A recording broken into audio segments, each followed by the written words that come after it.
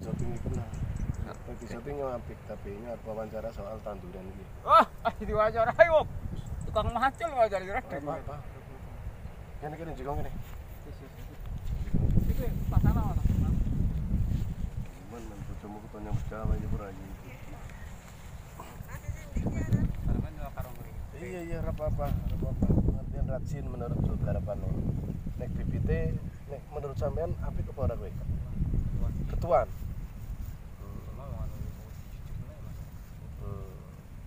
Oh, sampean tukuan wis dadi. Nek rawit ku sembar. Iya. Ya jane iki jane ya kelompok aku bisa ngarani. Bisa nu saya yang main, bisa nu sing santetan. Anu sedetan anggar anu bibit turu disimpen suwi ya tetep wae lah. Karepe bibit di kering banget disimpan. Benih. Enggak 3 bulan, 4 bulan. Tetuan sana. Tapi iki sampean tuku dadi kudu gawe benih dhewek kudu. Apa? Rek. Web kesini banyu sini. Kan kesini.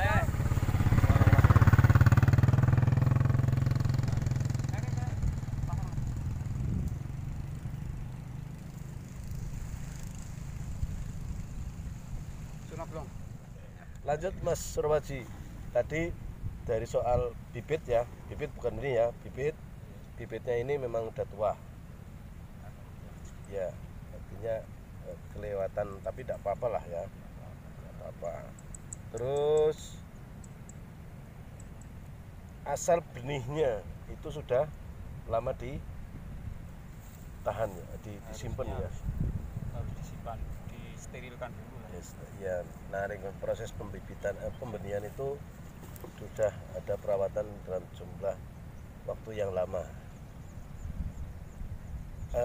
Aku kepingin Mas, jenengan cerita soal kendala yang dihadapi dengan dalam bertani, dari soal bibit sampai soal apapun lah, termasuk pemasaran misalnya. Ya, harga yang enggak menentu. Harga Yang tidak menentu. Pupuk ya, pupuk tetap jadi masalah besar enggak masalah, terlalu mahal enggak sesuai dengan nilai jual. Oh ya, artinya masalahnya terlalu mahal tidak sesuai dengan nilai jual hasil produksi. Terus kemudian Mas, yang lain? Kalau untuk jenis palawija ini cocoknya itu pakai pupuk yang non subsidi. Kalau yang pakai subsidi kurang, karena terlalu riskan dengan itu. Nitrogennya terlalu tinggi. Kalau yang non subsidi maksud sampean apa itu? Ya seperti Orea non subsidi, Mutiara, Mahkota, Blower, Bas. Pokoknya kalau saya tuh lebih cenderung ke yang non subsidi. Makanya saya nggak kegimir dengan yang namanya kartu tani itu. Karena prinsip saya itu orang muamalah itu jual beli. Itu barangnya ada, pembelinya ada, yang beli berani harganya, yang jual boleh. Nah, cuma yang bermasalah dengan harga non subsidi itu pakai harganya tinggi ya, pakai pengawasan yang baru itu menurut saya itu kurang efektif. Karena bagaimanapun kelemahannya itu pada sistem pengawasan sendiri. Jadi pengawasan itu kalau menurut saya itu judulnya bukan pakai kartu tani. apa? Ya kesadaran kolektif dari para pejabat pemangku pemerintah. Ya, sebenarnya juga tidak hanya sekedar pejabatnya ya. Iya. Tapi kesadaran yang muncul oleh petani ini harus diikuti oleh pejabatnya. Pokoknya kesadaran kolektif, yang namanya kolektif kan ya Iya. seluruhnya.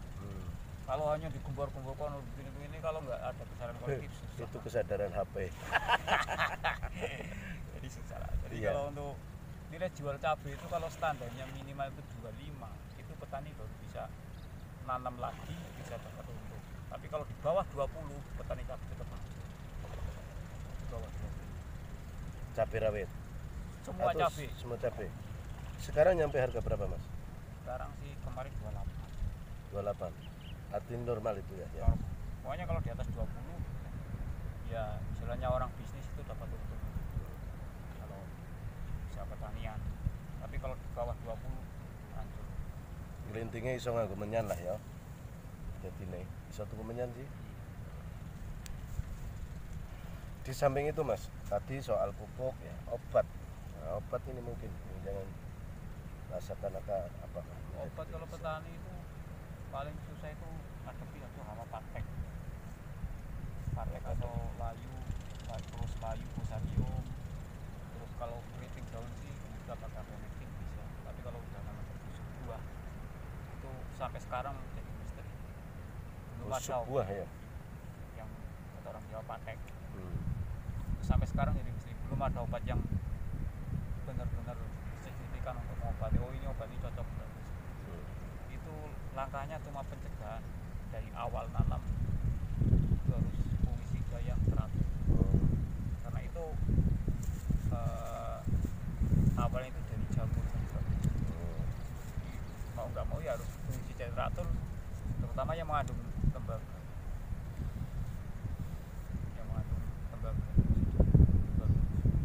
Makanya saya tanam cabai jejer nih berarti patek kan itu jauh.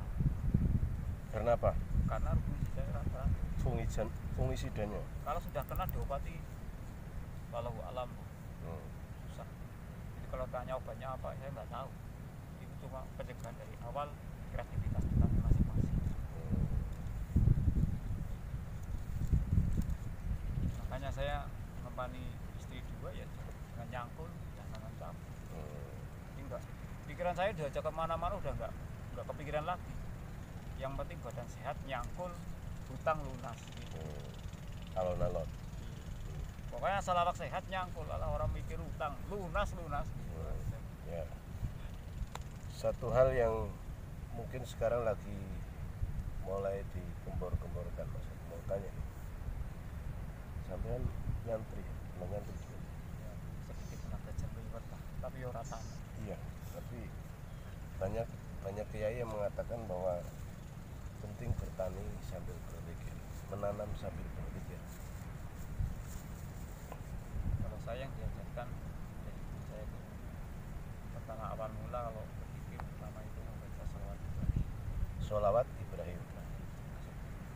Wasilah dulu kepada Ya tawasul ya. tawasul dulu, terus membaca sholawat Ibrahim 4 kali, terus sambil nanam satu kalau biji-biji, kalau pohonnya pohon, satu lokal baca assalam.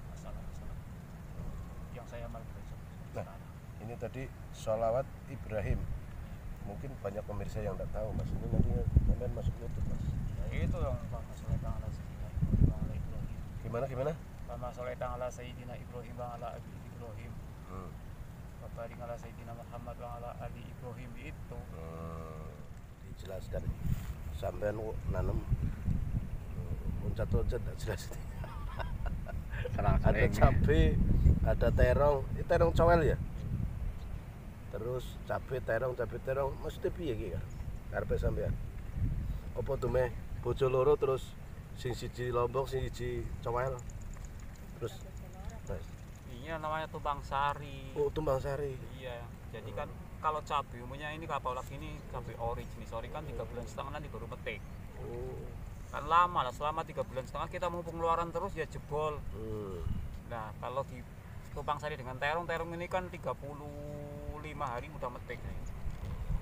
Nah, nanti hasilnya terong sudah bisa untuk nyarati cabenya. Iki mlebune kerja cerdas Mas. Ternyata tidak mengandalkan cuma kerja keras tapi kerja cerdas. Nah kalau cuma mengandalkan cabai 3 bulan setengah baru metik, berarti 3 bulan setengah kita butuh biaya operasional hari-hari. Ya nyiram, ya ngobat, ya pokoknya segalanya lah. Kalau orang-orang yang kadang gengsi, wah terong biasanya berapa, cari yang mahal. Kalau saya tanam itu nggak mikir tanam mahal murah, yang penting murah pun ada yang dijual. Kalau nunggu harga mahal malah kedang terus, malah saya nggak tahu. Tiap nandur itu ya anak sing panen, anak sing nandur. Orang-orang ketinggalan mah.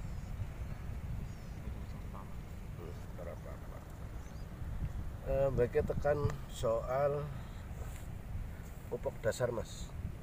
Ketone kok boleh muntuk nakut muntuk kayak semunduk nih permaisuri. Tanaman cabai ini kan kenapa harus bikin bedengan agak tinggi? Karena butuh cabai itu ya butuh sterilisasi tanah. Sterilisasi Iya, tanah. tanah itu ya harus bisa lembab, harus bisa kering. Jadi kalau terlalu lembab cabai mudah terserang jamur. Akhirnya kena layu fusarium. Makanya dia agak tinggi. Disiram, begitu disiram air langsung tanah basah tapi airnya langsung pergi. Jadi nggak mudah kena jamur.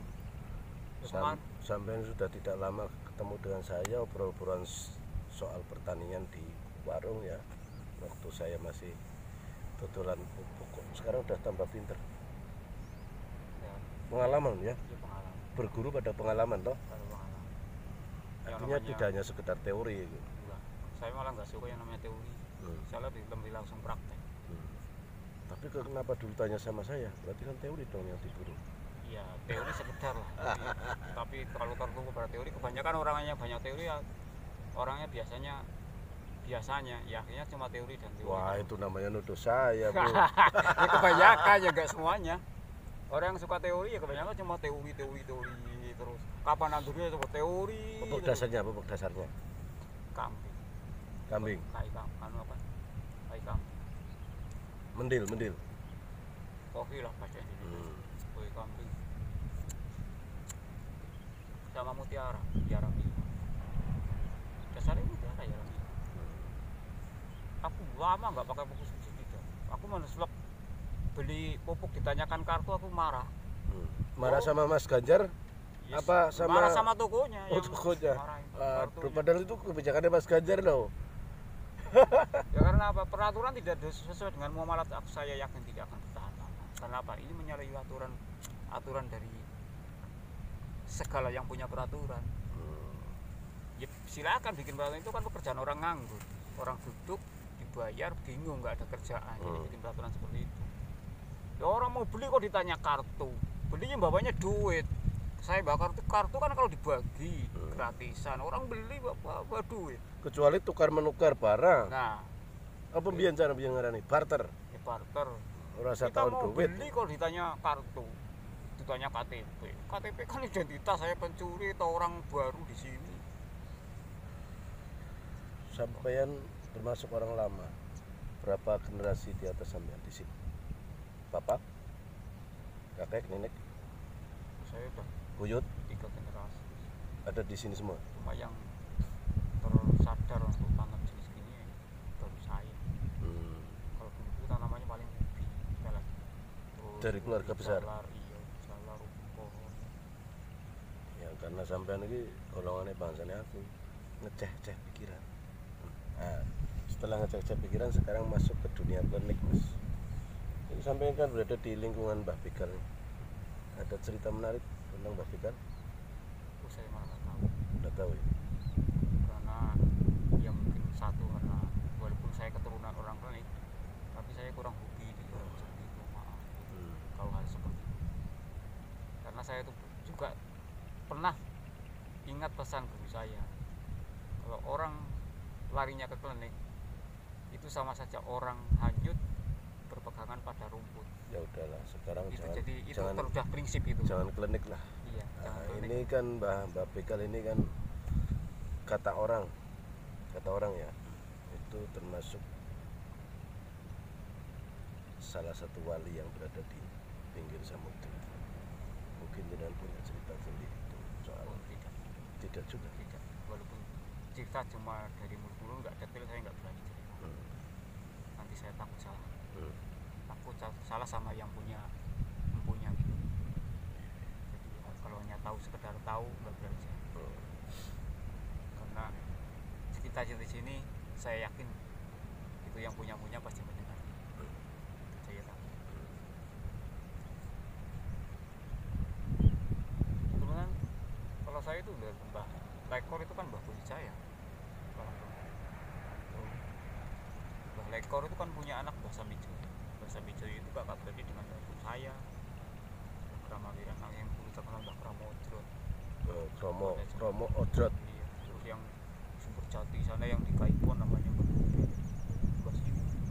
Kasro apa ya mau tua kan tua sana. Terus Siwe Sadio yang di Cangkrep itu saya ponakannya.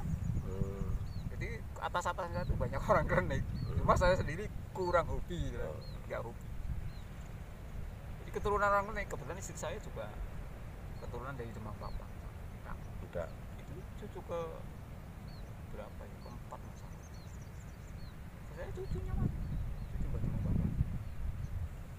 Masuk mertua saya masih pakai kayak gitu, cuma untuk saya kurang. Ya, mungkin karena udah kekinian gitu. Saya yang Tapi jelas, bukan karena santri ya? bukan jarang. Maksud dari santri itu kan mempelajari semuanya. Kalau karena santri itu kalau dipelajari betul itu pasti ketemu, pasti akan simetris nanti. Iya. Cuma karena mungkin karena kurang kulit dolan, kurang adoh saya ya terus terang lah. Jadi mungkin belum ketemu atau mungkin saya tidak mau tahu gitu. Tapi saya yakin, saya percaya itu ada. Iya. Cuma saya kurang hobi untuk mempelajari hal semacam itu. Tapi saya yakin pasti ada dan ada gitu. Dan memang gini mas, kiai-kiai sekebumen terutama di penelusuran tahun 2010 saya itu pondok-pondok di tahun 2010 sudah ada, yang sudah ada pondoknya itu termasuk Duri Wali Songo, ketemu itu ternyata kayak Kedongot, ada Mbah Nyai Wali dan seterusnya yang menjadi tokoh untuk kawasan Purut Sewu, tokoh-tokoh petani ya. Masih nyambung semua. Nah itu ada hubungan darah dengan Wali Songo. Nah, Wali Songo itu nyambung dengan Duriah Rasul. Berarti kan sampai ke Nabi kita Muhammad SAW. Itu saya yakin. Jadi kalau hubungan ini bukan berarti karena saya nanti terus saya nggak suka mereka. Ya mungkin karena saya kebetulan kurang.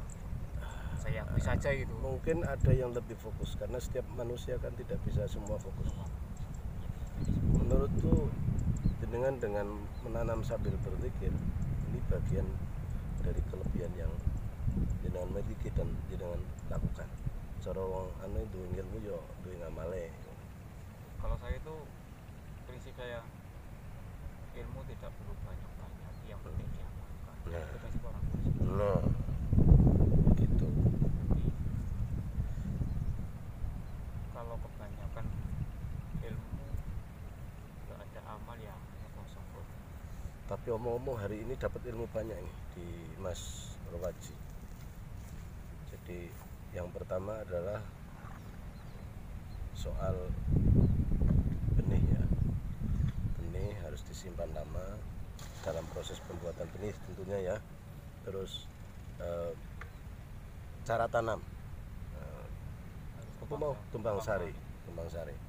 Jadi tidak harus lama menunggu, tapi ada penyangga tanaman yang akan menyanggah ya, akan menjadi tumpuan untuk menghidupkan yang lama.